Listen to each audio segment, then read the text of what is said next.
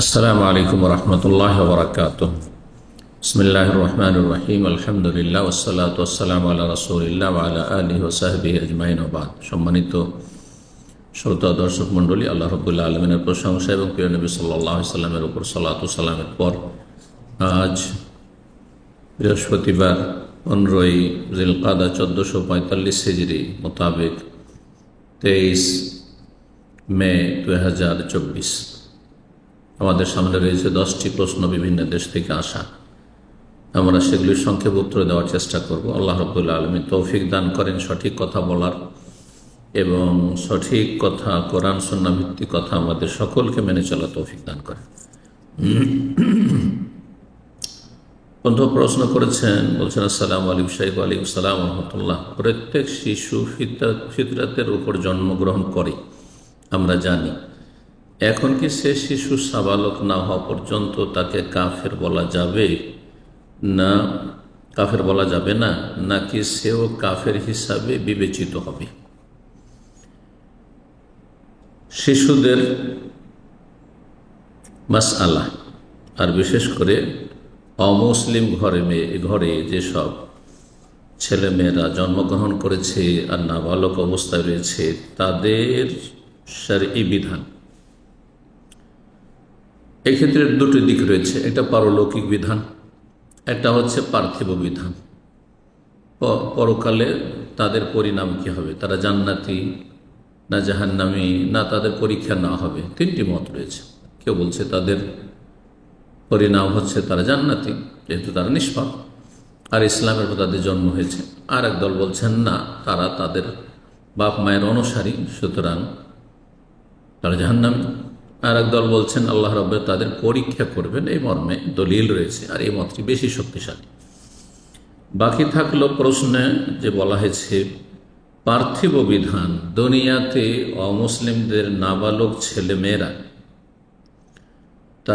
তাদেরকে কি কাফের বলা যাবে না যাবে না? এই ক্ষেত্রে উলামায়ে কেরামগণ কোরআন সুন্নাহর আলোকে যা বলেছেন তা আপনাদের সামনে পেশ করছি। বিস্তারিত ফতোয়া আমার সামনে রয়েছে। তারা বলেছেন যে কাফেরদের ছেলেমেয়েরা যারা নাবালক অবস্থায় আছে, তারা তাদের পিতামাতার অনুসারী। এটা বিধানের দিক থেকে, হুকমের দিক থেকে, লা হাকিকাতান, কিন্তু বাস্তবে তা নাই। তাহলে হাকিকাত বাস্তবে একটা, আর একটি হচ্ছে হুকুম, তার বিধান আর একটি। এ হচ্ছে সংক্ষিপ্ত কথা। এই বিষয়টিকে একটু বিস্তারিত তুলে ধরছি, যা উলামায়ে কেরামগণ উল্লেখ করেছেন। যে কথাটি বললাম যে কাফের মুশরিকদের নাবালক ছেলেমেয়েরা তাদের বাবা মায়ের অনুসারী হবে হুকমের ক্ষেত্রে, ফিল আহকাম, আম্মা ফি দুনিয়া ফাতাল মুশরিকিনা তাবউন লিআবাহিম ফিল আহকাম। পার্থিব বিধিবিধানের ক্ষেত্রে যেমন ওয়ারিস হওয়া, বাপ মায়ের তারা ওয়ারিস উত্তরাধিকারী হবে। বিবাহ শাদীর ক্ষেত্রে বাপ মায়ের অনুসারী তারা। এইরকমই অন্য আরও যেসব পার্থিব মাসাইল রয়েছে, এইরকমই যখন মারা যাবে ফালা ইউগাসসালুন, তাদেরকে গোসল দেওয়া যাবে না, কোনো মুসলিম গোসল দেবে না। ওয়ালা ইউসাল্লা আলাইহিম, তাদের জানাজা পড়া যাবে না। ওয়ালা ইউদফানুন ফি মাকাবিরিল মুসলিম, মুসলিমদের কবরস্থানে দাফনও করা যাবে না, কারণ তারা বিধানের দিক থেকে হচ্ছে বাপ মায়ের অনুসারী। ইমাম ইবনে কাইয়িম রাহিমাহুল্লাহ বলছেন শিফাউল আলিল, পৃষ্ঠা নম্বর 298, বলছেন কাদ উলিমা বিল ইত্তিরার মিন শারঈ রাসূল সাল্লাল্লাহু আলাইহি সাল্লাম, রাসূলুল্লাহ সাল্লাল্লাহু আলাইহি সাল্লামের শরীয়তে যেটি সুস্পষ্ট নিশ্চিতভাবে জানা গেছে তা হচ্ছে আন্না আওলাদ আল কুফার তাবউন লিআবাহি ফি আহকামিদ দুনিয়া। পার্থিব বিধানের ক্ষেত্রে কাফেরদের সন্তানরা তাদের বাবা মায়ের অনুসারী, তাদের বাবা মায়ের অনুসারী। কিন্তু পার্থিব বিধানের ক্ষেত্রে তারা বাবা মায়ের অনুসারী মানে এই নয় যে লা ইয়ানি আন্নাহু ফি হাকিকাতিল আমরি কুফার, এটা মানে এই নয় যে তারা কাফের। কারণ সহিহ বুখারী 1385, সহিহ মুসলিম 2658 হাদিস রয়েছে নবী সাল্লাল্লাহু আলাইহি ওয়াসাল্লামের কুল্লু মৌলুদিন ইউলাদু আলাল ফিতরা, প্রতিটি শিশু জন্মায় ইসলামী প্রকৃতির ওপর। বা আবাওয়াহু ইউহাউওয়িদানিহি আও ইউনাসসিরানিহি আও ইউমাজ্জিসানিহি, তার বাপ মা ইহুদি হলে ইহুদি করে দেয়, খ্রিস্টান হলে খ্রিস্টান বানিয়ে দেয়, আর যদি মজুস অগ্নি পূজক হিন্দু হয় তো হিন্দু বানিয়ে দেয়, বুদ্ধিস্ট হলে বুদ্ধিস্ট বানিয়ে দেয়, নাস্তিক হলে নাস্তিক বানিয়ে দেয়। তাহলে প্রতিটি শিশু জন্মায় ইসলামী ফিতরাতের ওপর। এ হচ্ছে শরীয়তের বিধান। এই মর্মে ইমাম ইবনুল কাইয়িম ইমাম ইবনে তাইমিয়া রাহিমাহুল্লাহ বলছেন, ওয়াল ইজমা ওয়াল আসারুল মানকুলাতু আনিস সালাফ লা তাদুল্লু ইল্লা আলাল কাউলিল্লাযী রাজ্জাহনাহু। ইজমা এবং সালাফ থেকে যে সব দলিল প্রমাণ রয়েছে তা প্রমাণ করে আমরা যে কথাটি বললাম সেই কথা কি, ওয়া আন্নাহুম আলাল ফিতরা, যে কাফেরদের ঘরে ভূমিষ্ঠ শিশুরা নাবালক অবস্থায় যত রয়েছে তারা ইসলামী ফিতরাতের উপর রয়েছে। তারপরে সুম্মা সারু ইলা মা সাবাকা ফি ইলমিল্লাহ, আল্লাহর এলমে যা কিছু রয়েছে সেদিকে তারা চলে যাবে। মিন সাআদাতিন ওয়া শাকাওয়াতিন, হয় ভাগ্যবান হবে না হয় হতভাগা হবে। শিফাউল আলিল 292 পৃষ্ঠা। এই মাসলা সম্পর্কে সৌদি আরবের বড় একজন ইমাম আল্লামা এবং আল্লাহওয়ালা আলেম, রিয়াজে থাকেন, আল্লামা আব্দুর রহমান আল বর্রাক, আব্দুর রহমান নাসির আল বর্রাক, তিনি বলছেন, আতফালুল মুশরিকিনা কুফফারুন হুকমান, মুশরিকদের শিশুরা হুকমের দিক থেকে, বিধানের দিক থেকে কাফের, লা হাকিকাতান, বাস্তবে নয়। ওমান আল কুফরুল হুকমি, হুকমের দিক থেকে কুফর, কুফরে হুকমি, বিধানগত কুফরি, মানে আন্নাহুম ইয়াতবাউনা আবাহুম ফি আহকামিদ দুনিয়া, তারা তাদের বাবা মায়ের অনুসারী হবে পার্থিব বিধিবিধানের ক্ষেত্রে। কিন্তু এখানে একটি কথা জেনে রাখতে হবে শেষখানে, তা হচ্ছে যে মুসলিমদের আর বিশেষ করে অমুসলিমদের শিশুদের সম্পর্কে বেশি বেশি জিজ্ঞাসাবাদ করা এটা ভালো নয়, প্রশ্ন করা ভালো নয়। এই মর্মে একটি হাদিস রয়েছে, ইমাম আহমদ বিন হাম্বালের ছেলে ইমাম ছিলেন ইমাম আবদুল্লাহ বিন ইমাম আহমদ, কিতাবুস সুন্নাহ 2য় খণ্ড 401 পৃষ্ঠায় এই হাদিসটি নিয়ে এসেছেন। ইমাম ইবনে হিব্বান হাদিসটি নিয়ে এসেছেন, হাদিস নম্বর 6724। ইবনে আব্বাস রাদিয়াল্লাহু তাআলা আনহু থেকে বর্ণিত, তিনি বলেন, লা ইয়াজালু আমরু হাযিহিল উম্মাহ, এটি মওকুফ হাদিস, ইবনে আব্বাস রাদিয়াল্লাহু তাআলা আনহু, এই উম্মতের বিষয়টি সবসময় কেওয়ামান আও মুকারিবান, প্রতিষ্ঠিত থাকবে, মা লাম ইয়াতাকাল্লামু ফিল উইলদানি ওয়াল কাদ, যতক্ষণ পর্যন্ত তারা শিশুদেরকে নিয়ে আর তকদির সম্পর্কে বেশি আলাপ আলোচনা করবে না, তকদির সম্পর্কে বাড়াবাড়ি করা আলোচনায়। আর নাবালক, উইলদান বলতে এখানে আরাদাবি হাতফাল মুশরিকিন, কাফেরদের ঘরে ভূমিষ্ঠ শিশুদের ক্ষেত্রে আলাপ আলোচনা করে তারা জান্নাতি না জাহান্নামী, তারা দুনিয়া মুসলিম না কাফের, এসব আলোচনা না করে উচিত। জি, এই ছিল আজকের প্রথম প্রশ্ন। দ্বিতীয় প্রশ্ন বলছেন, আসসালামু আলাইকুম। ওয়ালাইকুম আসসালাম রাহমাতুল্লাহ। বাংলাদেশে বৃষ্টির জন্য দোয়াতে সবাই এরকম হাত উল্টাপিট করে ধরে দোয়া করছে, এর কি কোনো সঠিক নিয়ম আছে? জাযাকাল্লাহ খায়ের। জি, গুরুত্বপূর্ণ একটি মাসলা। এই মাসলা সম্পর্কে একটু বিস্তারিত আলোচনা করি। এই মাসলা সম্পর্কে ওলামাদের দুটি মত রয়েছে, ওলামাদের দুটি মত রয়েছে দোয়া সম্পর্কে। তাহলে কয়েকটি কথা বলি। একটি কথা হচ্ছে যে সহিহ হাদিস দ্বারা প্রমাণিত যে দোয়ার ক্ষেত্রে কিবলামুখী হয়ে দোয়া করা মুস্তাহাব এবং 2 হাত উঠিয়ে দোয়া করা হচ্ছে মুস্তাহাব। 2 হাত উত্তোলন করে দোয়া করা, কিবলামুখী হয়ে দোয়া করা। হাত উঠাবেন কিভাবে? হাত উঠাবেন এই সিনা পর্যন্ত সাধারণ দোয়ায়, এবং দুটোকে খোলা রাখবেন। অনেকেই দোয়া করে এইভাবে বা এইভাবে না, দুটোকে মিলিয়ে, এইভাবে নয়, দুটোকে মিলিয়ে, ওয়ায়াবসুতুহুমা মাজমুমাতাইন, দুটোকে মিলিয়ে রাখবেন এবং খুলে রাখবেন। অবতুনহুমা ইলাস সামা, আর হাতের ভিতর ভাগ, এই যে হাতের তলা, এটা আকাশের দিকে থাকবে।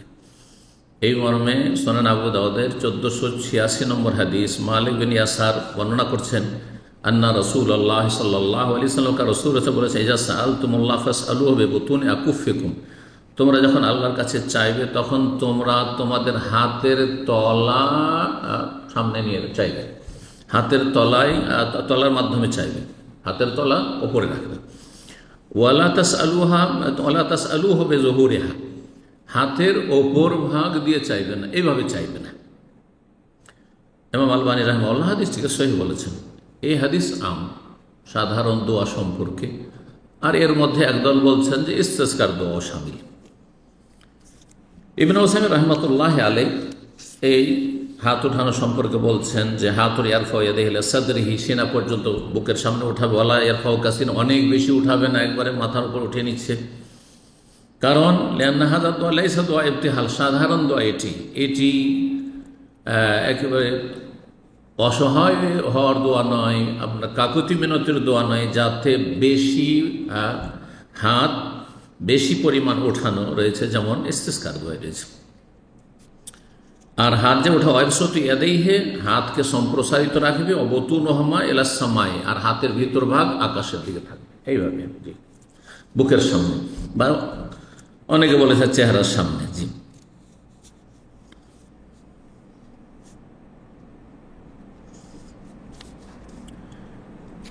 সৌদি আরবের একজন মুহাক্কিক আলেম ছিলেন, তিনি বলছেন, আল্লাহ বকর আবু যায়েদ তাসহিহুদ দোয়া, তার একটি কিতাব রয়েছে 115 পৃষ্ঠা, বলছেন ইয়ারফাউ দাই ইয়াদাইহি ইলা মানকাবাইহি, দুই হাত উঠাবে দোয়াকারী দুই কাঁধ পর্যন্ত, দাম্মাল্লাহুমা, দুটো মিলিয়ে আলাদা আলাদা করে নয়, বাসিতান বুতুনাহুমা ইলা সামায়ে, আর তার ভিতরটা আকাশের দিকে রাখবে, ওয়াজহুরহুমা নাহওয়াল আরদে, আর বাহিরটা হাতের বাহির দিকে জমিনের দিকে রাখবে, ওয়াইন শাকান্না বিহিমা ওয়াজহাহু, আর যদি চাই যে সেটা দিয়ে মুখ ঢেকে নেবে, মানে মুখের সামনে করবে, তো এটাও করতে পারবে। ওয়াজহুরহুমা নাহওয়াল কিবলা, যদি মুখের সামনে করে তাহলে বাহির ভাগটা জমিনে দিয়ে থাকলো না, কিবলার দিকে থাকলো, এইভাবে দোয়া করবে।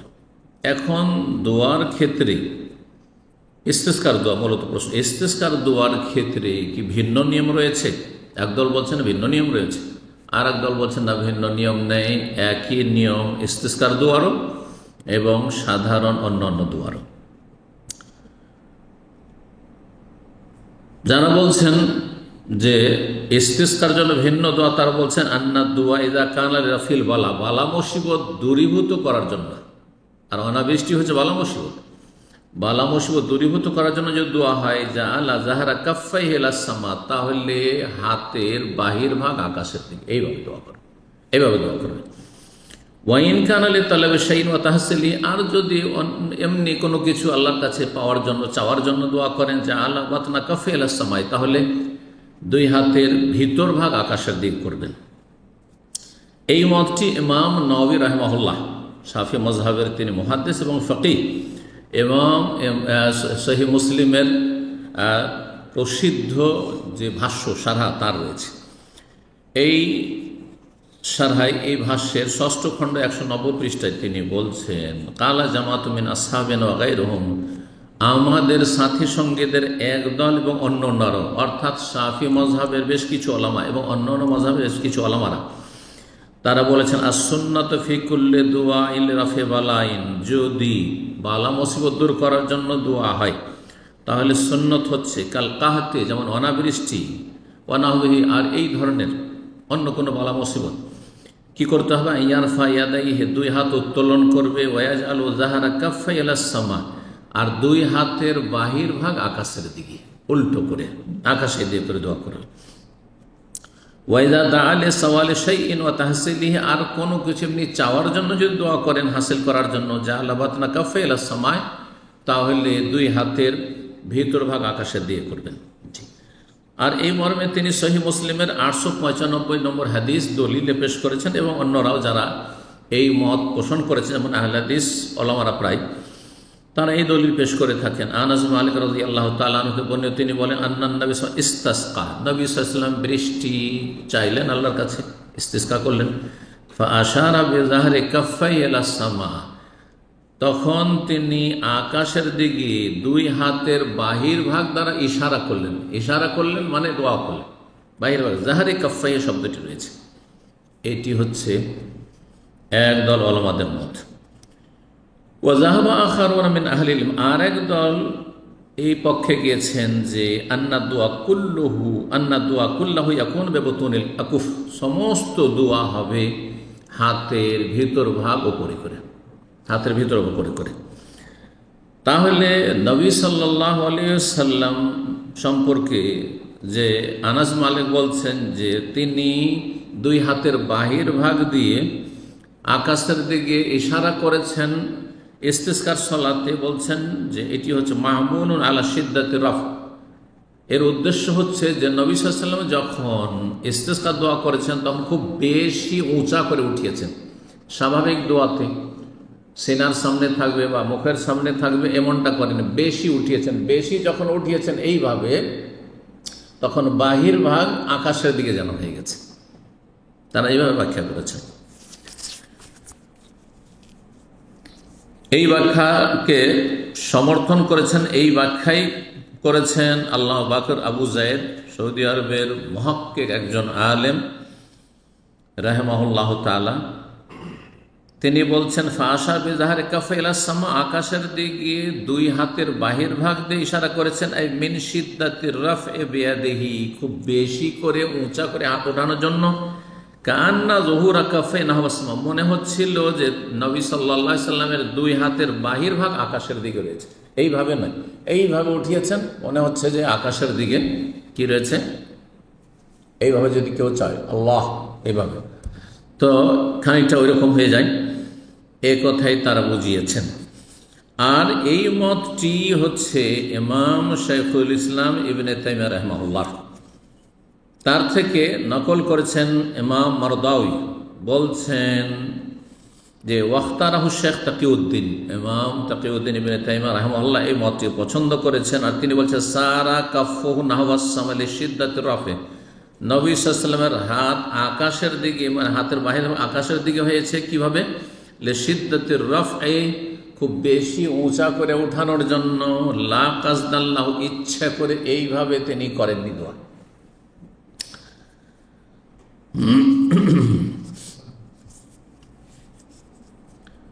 এখন আসি ইমাম শাইখ ইবনে উসাইমিন রাহিমাহুল্লাহ কি বলছেন। তিনিও এই মতটি সমর্থন করছেন, অর্থাৎ আরব, সৌদি আরবের সালাফি ওলামাগণ এবং হানাবিলা তারা বলছেন যে স্বাভাবিক দোয়ার মতোই হাত উঠাবে, উল্টো করে হাত উঠাবে না, তবে খুব বেশি করে উঠানোর জন্য মনে হচ্ছে আকাশের দিকে বাহির ভাগ রয়েছে। তাই বলছেন ইবনে উসাইমিন রাহিমাহুল্লাহ, আম্মা দোয়া বেজহুরিল আকুফে, দোয়া করা উল্টো হাত অর্থাৎ হাতের বাহির ভাগ ওপরে করে, ফাকাত ইখতালাফা আহলুল ইলম ফি, এই বিষয়ে ওলামাদের দ্বিমত হয়েছে। বলছেন লিআন্নাহু ওয়ারাদা ফি সহিহ মুসলিম মা যাহিরুহু, সহিহ মুসলিমে এমন একটা হাদিস এসেছে যার বাহ্যিক অর্থ হয় আন্নান নবী সাল্লাল্লাহু আলাইহি ওয়াসাল্লাম কানা ইয়াদু বিযুহুরি কাফাই ফিল ইস্তিসকা, ইস্তিসকায়ে নবী সাল্লাল্লাহু আলাইহি ওয়াসাল্লাম হাতের ওপর ভাগ দিয়ে দোয়া করেছেন এভাবে, এটা হচ্ছে বাহ্যিক অর্থ।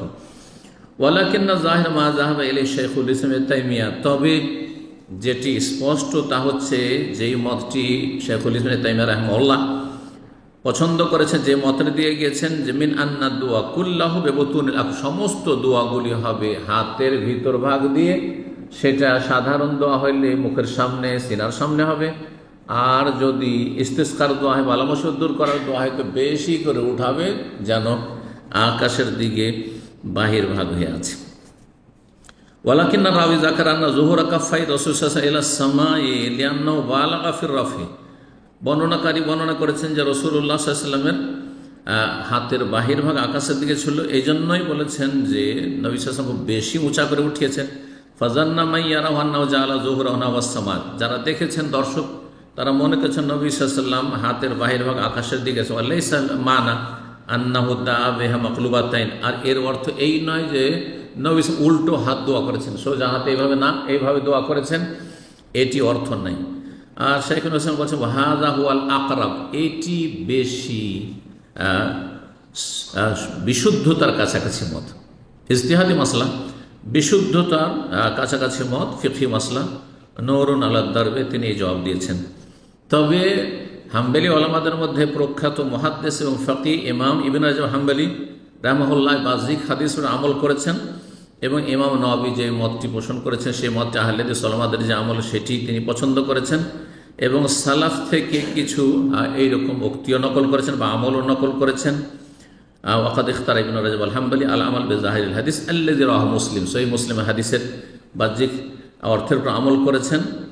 আর তিনি বলছেন তারপর ওয়াহু আকাউলুন ওয়াজিহুন মুহতালান, এই কথাটিও খানিকটা যুক্তিসঙ্গত হতে পারে। সেটা লা ইনকার আলামান কালো, কেউ যদি এই মত পোষণ করে যে আমরা এইভাবে উল্টো হাত দোয়া করব, সেটার প্রতিবাদ করা যাবে না, বা কেউ আমল করে যেমন বাহ্যিক হাদিস সেটাই বলে। আর কিছু সালাফ থেকে এই ধরনের প্রমাণ রয়েছে। ফথুল বারি ইবনে রাজব রাহিমাহুল্লাহ 9ম খণ্ড 225 পৃষ্ঠা। জি, তারপরে শাইখুল ইসলাম রাহিমাহুল্লাহ তারপরে ওয়াইন কানাল আকরাম বলছেন যে যদিও এটি হচ্ছে বিশুদ্ধতার কাছাকাছি, যা শাইখুল ইসলাম তাইমা রাহিমাহুল্লাহ পছন্দ করেছেন। আল্লাহু তাআলা আলাম। তো এখানে গুরুত্বপূর্ণ দুটি প্রশ্ন ছিল, যে প্রশ্নগুলির উত্তর দিলাম। তৃতীয় প্রশ্ন করেছেন যে মহিলারা কি বিনা মাহরামে হজে আসতে পারবে? না, জায়েজ নয়। রাসূলুল্লাহ সাল্লাল্লাহু আলাইহি সাল্লাম হজের সফর হোক অথবা অন্য কোনো সফর হোক, স্পষ্ট হাদিস রয়েছে সহিহ বুখারী মুসলিম প্রত্যেকটি হাদিসের কিতাব প্রায় হাদিস রয়েছে যে ওয়ালা তুসাফিরুল মারআতু ইল্লা মাজি মাহরাম, ওয়ালা তুসাফিরুল মারআতু বিদুন মাহরাম, বিনা মাহরামে স্বামী অথবা এমন সাবালক পুরুষ যার সাথে স্থায়ীভাবে বিয়ে হারাম, সে হচ্ছে মাহরাম। যার সাথে অস্থায়ী বিয়ে হারাম, সে মাহরাম নয়। যদি বিনা মাহরামে চলে আসে তাহলে কি হবে? তাহলে গুনাহগার অবশ্যই হবে, আর তাকে তওবা করতে হবে। তওবা করা ফরজ। হজ তার আদায় হয়ে যাবে যদি ফরজ হজ আদায় হয়ে থাকে, বা নফল হয় হজ হবে, কিন্তু সে গুনাহার বোঝা নিয়ে যাবে। সুতরাং এমন কাজ করবে না। মহিলাদের হজের ফরজ হওয়ার জন্য, হজের শক্তি সামর্থ্যের জন্য একটি শর্ত হচ্ছে ওজুদ মাহরাম, মাহরাম বিদ্যমান থাকা। যদি সফর সঙ্গে মাহরাম পাই তাহলে হজে আসবে, না হলে হজ ফরজ হয়নি, আল্লাহ জিজ্ঞাসা করবে না। সুতরাং কোনো জায়গায় কোনো আইনত বৈধতা দিয়েছে সেটা থেকে আপনারা নেবেন না যে শরীয়তে সেটি বৈধ রয়েছে, সেটা শরীয়তে বৈধ নয়, জায়েজ নয়। আসবেন না এভাবে বিনা মাহরামে হজে। আল্লাহ হিদায়াত দান করুন। নেকির কাজ করতে এসে গুনাহ নিয়ে যাবেন না। 4 নম্বর প্রশ্ন বলছেন, আসসালামু আলাইকুম শেখ। ওয়ালাইকুম সালাম ওয়া রাহমাতুল্লাহ। আমরা এমন একটি ঈদগাহ ময়দানে সালাত আদায় করেছি যেটার ডান দিকে কবরস্থান, এবং কবরস্থান প্রাচীর দিয়ে ঘেরা, কিন্তু ঈদগাহ ময়দানের ডান পাশে একটু কবরস্থানের কোনা এসে যায়, কিন্তু সেখানেও কবরস্থানের প্রাচীর আছে। তারপরেও আমরা কাপড়ের সামিয়ানা টানিয়ে প্রাচীরের মতো করে বেড়া দিয়েছিলাম। ওস্তাদ, এই উক্ত ঈদগাহ ময়দানে কি সালাত হবে? যদি ঘেরা থাকে, যেমন বলছেন যে প্রাচীর দেওয়া আছে, বেড়া দেওয়া আছে, তাহলে সালাত হবে, কোনো অসুবিধা নেই। নাকি ঈদগাহ মাঠ ও কবরস্থানের মাঝে ইটের প্রাচীর তৈরি করতে হবে? এক কথায় বেড়া প্রাচীর থাকলেই হলো, সে কাঁচা প্রাচীর হোক আর ইটের প্রাচীর হোক, যদি ঘেরা থাকে, আলাদা পৃথক করা থাকে, তাহলে সেখানে সালাত জায়েজ। 5 নম্বর প্রশ্ন বলছেন, আসসালামু আলাইকুম। ওয়ালাইকুম সালাম ওয়া রাহমাতুল্লাহ। শেখ, আমার বড় ভাই তার স্ত্রীকে পর্দার ব্যাপারে বারবার সচেতন করার পরেও সমাধান না হওয়াতে রাগের মাথায় বলেছে যে তোমাকে তালাক দিলাম। তালাকের ব্যাপারে ওনার কোনো নলেজ না থাকার কারণে উনি একজন আলেমকে গিয়ে প্রশ্ন করেছেন যে আমি আমার স্ত্রীকে রাগের মাথায় তালাক দিলাম বলেছি, এতে কি তালাক হয়েছে? তাকে জানানো হয়েছে যে জি, এর দ্বারা আপনার 1 তালাক হয়েছে। এখন তার মনে তালাকের ব্যাপারে ভয় ঢুকেছে। সে এখন মনে করতেছে ফতোয়া নেবার জন্য সম্মানিত আলেমকে যে পুনরায় স্ত্রীকে তালাক দিলাম বলা হলো, এটার দ্বারা কি আবার একটা তালাক হয়ে গেছে? না, হবে না। ফার্সিতে একটি প্রবাদ রয়েছে আলেম ওলামাদের, ভারত, বাংলাদেশ, পাকিস্তান, নকলে কুফর কুফর না বাসাদ। কুফরি কথা নকল করা কুফরি নয়। যেমন কেউ বলছে যে ফেরাউন বলেছিল আনা রব্বকুমুল আলা, আমি তোমাদের মহান প্রভু, মা আলিমতু লাকুম মিন ইলাহিন গায়রি, আমি আমার ছাড়া তোমাদের কোনো মাবুদ উপাস্য আমি তো জানি না, আমি তোমাদের মাবুদ। তো এই কথা যে নকল করছেন, নাস্তিকের কালেমা হল লা ইলাহা ইল্লাল্লাহ নেই, এই যে নকল করছেন, তো কাফের হয়ে যাবেন। সে নাস্তিক কাফের। আপনি নকল করছেন, কুফরি কথা নকল করলে কুফরি যেমন হয় না, তেমনি তালাক দিয়েছেন বা তালাকের মাসলা জিজ্ঞাসা করতে গিয়ে তালাকের কথা যে নকল করছেন তাতে তালাক হবে না। বলছেন সার কথা হচ্ছে, ফতোয়া জানার জন্য আলেমকে যে পুনরায় স্ত্রীকে তালাক দিলাম বা তালাক দিলাম বলেছে, এইভাবে বলার কারণে কি আবার আরেকটা তালাক হয়ে গেছে না হয়নি সেটা জানতে চাচ্ছি। তার নিয়ত তো ছিল এভাবে বলার দ্বারা তালাক হয়েছে কিনা সেটা আলেমের থেকে জানতে চাও, যেমনটা বললাম যে এতে তালাক হয়নি। আর দিন সম্পর্কে জ্ঞান অর্জন করে যে কোনো পদক্ষেপ নেবেন, তালাক দেবেন সে সম্পর্কে আগে জানবেন, তারপর ঠান্ডা মাথায় তালাক দেবেন। 6 নম্বর প্রশ্ন বলছেন, আসসালামু আলাইকুম ওস্তাদ জি। ওয়ালাইকুম আসসালাম। আমার প্রশ্ন হলো, অনেক আহলে হাদিস ভাই জামাতে ইসলামী এবং ইসলামী ছাত্র শিবির করে, এরা আহলে হাদিস নয়, আহলে হাদিসের ঘরে জন্মেছে কিন্তু এরা আহলে হাদিস নয়, এরা বিভ্রান্ত। এদের মধ্যে খারেজিদের লক্ষণ রয়েছে, চরমপন্থীদের লক্ষণ রয়েছে। এদের ব্যাপারে কিছু নসিহত করুন। আর অনেক ইসলামী ছাত্র শিবিরের ভাইরা বলে জালেম শাসকরা মুসলিমদের উপর অনেক নির্যাতন চালাচ্ছে, ফলে ইসলাম কায়েম হচ্ছে না। তাই তারা বলে রাসূলুল্লাহ সাল্লাল্লাহু আলাইহি ওয়াসাল্লাম ইসলাম কায়েম করতে প্রচেষ্টা চালিয়েছে। ইসলাম কায়েম করা মানে কি? ক্ষমতা দখল করা? এটাই তো গুমরাহি, এটাই তো কোরআনের অপব্যাখ্যা, এটাই তো ইহুদি নাসারাদের অনুকরণ, যে আপনি কোরআন কুপ্রবৃত্তির অনুসরণে আপনি কোরআনের ব্যাখ্যা করছেন। আপনি শয়তান বিভ্রান্ত করেছে। দিন কায়েম মানে দিনের যে কোনো বিষয় কায়েম করা, তাওহীদ থেকে শুরু করে যে কোনো আমল করছেন, ফরজ, ওয়াজিব, সুন্নাত, নফল, আর হারাম থেকে বাঁচছেন, সবগুলি হচ্ছে দিন কায়েম করা। দিন কায়েম মানে রাষ্ট্রীয় ক্ষমতা, এটি হচ্ছে জঙ্গিদের গুমরাহি আর জঙ্গিদের পৃষ্ঠপোষক জামাতি ইখওয়ানিদের গুমরাহি। আল্লাহ এই গুমরাহি থেকে বেরিয়ে আসার তৌফিক দান করে যারা গুমরাহিতে নিমজ্জিত হয়েছে, আর বাকি মুসলিম ভাই বোনদেরকে তাদের অনিষ্ট থেকে রক্ষা করুন। বলছেন যে আমাদের ইসলাম কায়েমের চেষ্টা করা ইমানি দায়িত্ব। হ্যাঁ, ইমানি দায়িত্ব, আপনি চেষ্টা করুন। প্রতিদিন ঘুম ভাঙলেই ফজরের সালাত সবচেয়ে বড় দিন কায়েম করা, হ্যাঁ, আর তারপরে সুন্নত নফলগুলি আদায় করে এগুলি দিন কায়েম করা, আর তারপরে জামাতের পাবন্দি করা, দিন শিখা, কোরআন সুন্নাহ ভিত্তিক দিন শিখা, ভালো আলেমদের কাছ থেকে দিন শিখবেন, নিজেরা সেলফ স্টাডি করবেন। যেমন আপনাদের মুরব্বী ছিল, তেমনই আপনাদের অবস্থা, আপনাদের মধ্যে কোনো ভালো আলেম নেই, এইরকম হলে তার হবে না। জি, আল্লাহ হিদায়াত দান করুন। তো দিন কায়েম করা প্রত্যেকের ইমানি দায়িত্ব, মানে ব্যক্তি জীবন থেকে। ব্যক্তি জীবন শুধরানো সহজ, আগে নিজেকে ঠিক করুন, হ্যাঁ, তারপরে আপনার নিজের স্ত্রী ছেলে মেয়ে ঠিক করুন, তারপরে আশেপাশে, তারপর আত্মীয় স্বজন ইত্যাদি ইত্যাদি দূরের লোক, জি, তারপর রাষ্ট্রীয় বিষয়। জি শেখ, এ সম্পর্কে আপনার মতামত জানতে চাই। আল্লাহ রাব্বুল আলামিন এই কথা বলেননি যে রাষ্ট্রীয় ক্ষমতা দখল করার জন্য প্রয়াস চালাইতে হবে বা অপপ্রয়াস চালাইতে হবে, হ্যাঁ, আর এই গণতন্ত্রের কুফরিতে ঢুকে যেতে হবে অন্যদের মতো, আর নিজেরা কুফরি করতে হবে ইসলাম কায়েম করতে গিয়ে। না না না, বরং আল্লাহ বলেছেন কিছু শর্ত, সেই শর্তগুলি পালন করতে হবে। আল্লাহ খেলাফত দিয়ে দেবেন, খেলাফত নিয়ে কাড়াকাড়ি করতে হবে বলেননি। সূরা নূর 55 আল্লাহ ইরশাদ করেছেন, ওয়াদাল্লাহুল্লাযিনা আমানু মিনকুম, যারা মুমিন এবং সৎকর্মশীল, ঈমান লাগবে, ঈমানের পুরো বিস্তারিত আরকানে ঈমান, আর তারপরে শুআবুল ঈমান, ঈমানের শাখা, ঈমানের রুকন, এগুলি যার মধ্যে আছে এবং সৎকর্মশীল, আল্লাহ বলছেন তাদের সাথে আল্লাহ ওয়াদা করছেন কি, লা ইস্তাখলিফান্নাহুম ফিল আরদ, পৃথিবীতে তাদেরকে আল্লাহ খেলাফত দেবেন। খেলাফত নিতে হয় না, খেলাফত আল্লাহ দিয়ে দেবেন। নবী সাল্লাল্লাহু আলাইহি ওয়াসাল্লামকে মক্কায় কাফেররা দিতে চেয়েছিল, কিন্তু নেননি কেন? কারণ আসলে গদি আসল উদ্দেশ্য নয়, আসল উদ্দেশ্য হচ্ছে সার্বিক জীবনে সংশোধন আসা। এদিকে মূর্তি পূজাও চলতে আছে, আর মুহাম্মদ সাল্লাল্লাহু আলাইহি ওয়াসাল্লামকে ওরা রাষ্ট্রীয় নেতা বানিয়ে রেখে দিয়েছে, যেমনটা চাইছে এই জামাতি ইখওয়ানিগুলো, এমনটাই চাইছে। নবী সাল্লাল্লাহু তো নেননি, এই অফার তো কবুল করেননি।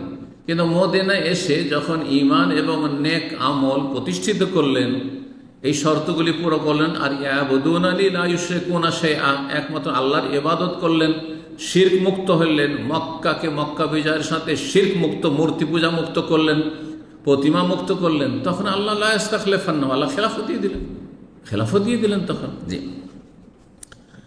যেইভাবে আল্লাহ যেতে বলেছেন সেইভাবে যেতে হবে। অন্য রাস্তা ধরলে দুনিয়াতে লাঞ্ছিত হইতে হবে, আর আখিরাতেও লাঞ্ছিত অপদস্থ হইতে হবে। আল্লাহ বুঝার তৌফিক দান করুন। 7 নম্বর প্রশ্ন বলছেন, আসসালামু আলাইকুম আসসালাম, আমরা একটা নির্দিষ্ট জায়গায় 18 জন লোক ডিউটিতে আছি 1 মাসের জন্য। সালাত পড়ার জন্য নির্দিষ্ট কোনো মসজিদ নাই। এখানে 5 ওয়াক্ত সালাত পড়ার জন্য একটি জায়গা আছে, এখান থেকে বাইরে যাওয়া নিষেধ। এখানে শুক্রবার আমরা 15 জন মিলে জুমার সালাত আদায় করতে পারবো কি? এই বিষয়ে দুটো মত রয়েছে। একদল বলছেন জুমা মসজিদের জন্য স্থায়ী আবাদি হইতে হবে, মানে শহর অথবা গ্রাম থাকতে হবে, এটাই অধিকাংশ আলমাদের মত। কিন্তু বেশ কিছু আলমারা বলেছেন, যেমন আল্লামা শাইখ নাসিরুদ্দিন আলবানীর মত এবং আহলে হাদিস আলমারাও বলছেন, ভারত, বাংলাদেশ, পাকিস্তান অনেকেই, যে এইরকম জায়গায় যেখানে আপনারা আছেন 1 মাস ধরে কাজ করবেন, আর জুমার দিন আসছে, কোনো মসজিদ নাই, তাহলে জুমা কায়েম করলে জুমা হয়ে যাবে। ইখতিলাফ রয়েছে, যদি আদায় করে নেন তো জায়েজ, আর যদি জুমা আদায় না করে, জুমা আদায় করা আপনাদের জন্য ফরজ না, জোহর আদায় করলে যথেষ্ট হবে। আল্লাহ তাআলা আলম। 8 নম্বর প্রশ্ন বলছেন, আসসালামু আলাইকুম শাইখ। ওয়ালাইকুম আসসালাম ওয়া রাহমাতুল্লাহ। আপনার কাছে আমার একটা প্রশ্ন, কোনো ব্যক্তি একান্তভাবে লা হাওলা ওয়ালা কুওয়াতা ইল্লা বিল্লাহ এই আমলটি 500 বার 1 থেকে 1000 বার করে প্রতিদিন আমল করে, এখন কি আমলটি কোনোভাবে বেদাত হবে?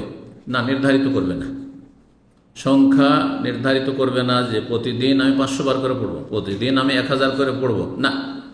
হ্যাঁ, যখন যতটা সুবিধা হয়। তবে এইভাবে রাখলে অনেক সময় হয় কি, যে অনেক সময় গাফিলতিতে একবারও পড়া হইল না, এমনটা যেন না হয়। কোনো দিন 500 পড়লেন, কোনো দিন 100 পড়লেন, কোনো দিন আপনি 600-700 পড়লেন, কোনো দিন 1000 পড়লেন, অসুবিধা নেই। কিন্তু যদি আপনি একবারে ধরা বাঁধা সংখ্যা, প্রতিদিন আমি 500 বার করে পড়বো, প্রতিদিন আমি 1000 বার করে পড়বো, তাহলে এটা ধীরে ধীরে কি হবে, বেদাতের আকার ধারণ করবে। আর যারা আশেপাশে জানবে বা শুনবে তারা মনে করে এটাও মনে হয় সুন্নত। যারা বেশি জানে ইসলাম সম্পর্কে, ওদেরকে ফলো করে যারা কম জানা লোক, যখন আপনাকে দেখে যে আপনি বেশি আমলকারী আর আপনি এই আমলটি করছেন যেটা সুন্নাত নয়, হয়তো কোনো রকম জায়েজ হইতো, কিন্তু ওইটা দেখা দেখি তারা এই বেদাত শুরু করে দেয়, সমাজে এই বেদাতই চালু হয়ে গেল, বেদাত চালু হয়ে গেল, এই আশঙ্কা রয়েছে। সুতরাং এই সংখ্যা প্রতিদিনের জন্য নির্ধারণ করবেন না। 9 নম্বর প্রশ্ন, আসসালামু আলাইকুম শাইখ। ওয়ালাইকুম আসসালাম ওয়া রাহমাতুল্লাহ। পালক সন্তানকে যদি কোনো মা তার দুধ পান করান, তাহলে কি সে তার সম্পদের ওয়ারিস হবে? জাযাকুমুল্লাহ খাইরান। দুধ পান করালে মাহরাম সাবিত হয়, মাহরাম প্রমাণিত, অর্থাৎ তার সাথে এবং তার যে নিকট আত্মীয় যারা, যেমন দুধ বোন, যে দুধ পান করেছে তার মেয়ে দুধ বোন হইল, এইভাবে বিয়ে শাদী হারাম হয়ে যাবে। আর মাহরামের সাথে যেমন সফর করা যায়, মাহরামের বিধান, সেই বিধানগুলি প্রযোজ্য হবে, কিন্তু ধন সম্পদের একটা পয়সার ওয়ারিস হবে না। দুধ পান ধন সম্পদের উত্তরাধিকারী হওয়ার মাধ্যম নয়। ধন সম্পদের ভাগ পাওয়ার জন্য হয় বংশীয় সম্পর্ক থাকতে হবে, আর না হলে বৈবাহিক সম্পর্ক থাকতে হবে। বংশীয় সম্পর্ক না হয় বাপের, বাপের বংশের, মায়ের, না হয় বিয়ে শাদী, স্ত্রী স্বামীর, স্বামী স্ত্রীর ভাগ পাচ্ছে। আর আরেকটি আছে যেটা হচ্ছে ওয়ালা। ওয়ালা মানে হচ্ছে ওয়ালাউল আতাকা, যদি গোলাম আজাদ করে। সে মশলা আজকাল প্রয়োজন নেই, কারণ গোলামের যুগ নেই। সুতরাং আবার বলছি, দুধ পান করালে ধন সম্পদের কেউ ওয়ারিস হবে না, একটা পয়সা পাবে না। ধর একটা ছেলেকে দুধ পান করেছেন আর একটা মেয়ে আছেন, আপনার মেয়ে অর্ধেক পাবে, কিন্তু আপনার এই ছেলেটা যাকে দুধ পান করিয়েছেন আর দুধ সন্তান বলছেন, সে একটা পয়সা পাবে না। তবে তাকে ওসিয়ত করতে পারবেন, ওয়ারিস হবে না, মিরাজ পাবে না, কিন্তু ওসিয়ত করতে পারবে। ওসিয়ত খুব বেশি 1/3, 3 ভাগের 1। তাহলে একটা মেয়ে ধরেন আছে অর্ধেক, 2 মেয়ে আছে 2/3, কিন্তু একটা ছেলেকে দুধ পান করিয়েছেন, আর দুধ পান করার বয়সে 2 বছরের ভিতরে হইতে হবে, যখন মূল খাদ্য হচ্ছে তার দুধ, তো সে কোনো কিছুর ওয়ারিস হবে না। তবে তাকে ওসিয়ত করতে পারবেন, যেমন অন্যদেরকে ওসিয়ত করতে পারবেন। 10 নম্বর প্রশ্ন, সর্বশেষ প্রশ্ন বলছেন, আসসালামু আলাইকুম শাইখ। ওয়ালাইকুম আসসালাম। মসজিদে না যেতে পারলে মহিলারা বাসায় ঈদের নামাজ পড়তে পারবে এবং কত রাকাত পড়তে হবে? এই বিষয়ে ওলামারা ইখতিলাফ করেছেন। করোনার সময় এই মাসলা খুব বেশি আমাদের কাছে এসেছে এবং সেই সময় আমরা এর উত্তর দিয়েছি। একটি মত হচ্ছে যে 2 রাকাত পড়ে নেবে, 2 রাকাত পড়ে নেবে, একা একা পড়ে নেবে। কেউ বলছেন যে যদি আরও মেয়েরা থাকে বাড়িতে, ধরেন আছে মা আছে, মেয়েরা আছে, বৌমারা আছে, তাদেরকে নিয়ে একসাথে জামাত করে তারা পড়ে নেবে বাড়িতে। কিন্তু আমাদের দেশে যে মসজিদে মহিলারা জমা হয় আর মহিলাদের ইমামতি এক মহিলাই করে, আর পুরুষরা ঈদগাহে চলে যায়, এটা জায়েজ নাই, এটা বেদাতি তরিকা, এর কোনো প্রমাণ নেই, সালাফ থেকে কোনো প্রমাণ নেই। তবে এইরকম মত সালাফ থেকে চলে আসছে যে 2 রাকাত সালাত পড়ে নেবে যারা যেতে পারলো না, ঈদগাহে যেতে পারলো না। আসলে হচ্ছে মহিলারাও ঈদগাহে যাবে এবং সেখানে তাদের ব্যবস্থা থাকবে, কিন্তু ব্যবস্থা যদি না থাকে 2 রাকাত পড়ে নেবে। আর একটি মত হচ্ছে 4 রাকাত পড়ে নেবে, আর একটি মত হচ্ছে পড়বে না, কিন্তু পড়ে নেবে 2 রাকাত, এর ওপরেই আমল করাটা ভালো হবে। আল্লাহ তাআলা আ'লাম। ওয়া সাল্লাল্লাহু আলা নবিয়িনা মুহাম্মদ ওয়া আলা আলিহি ওয়া সাহবিহি আজমাইন।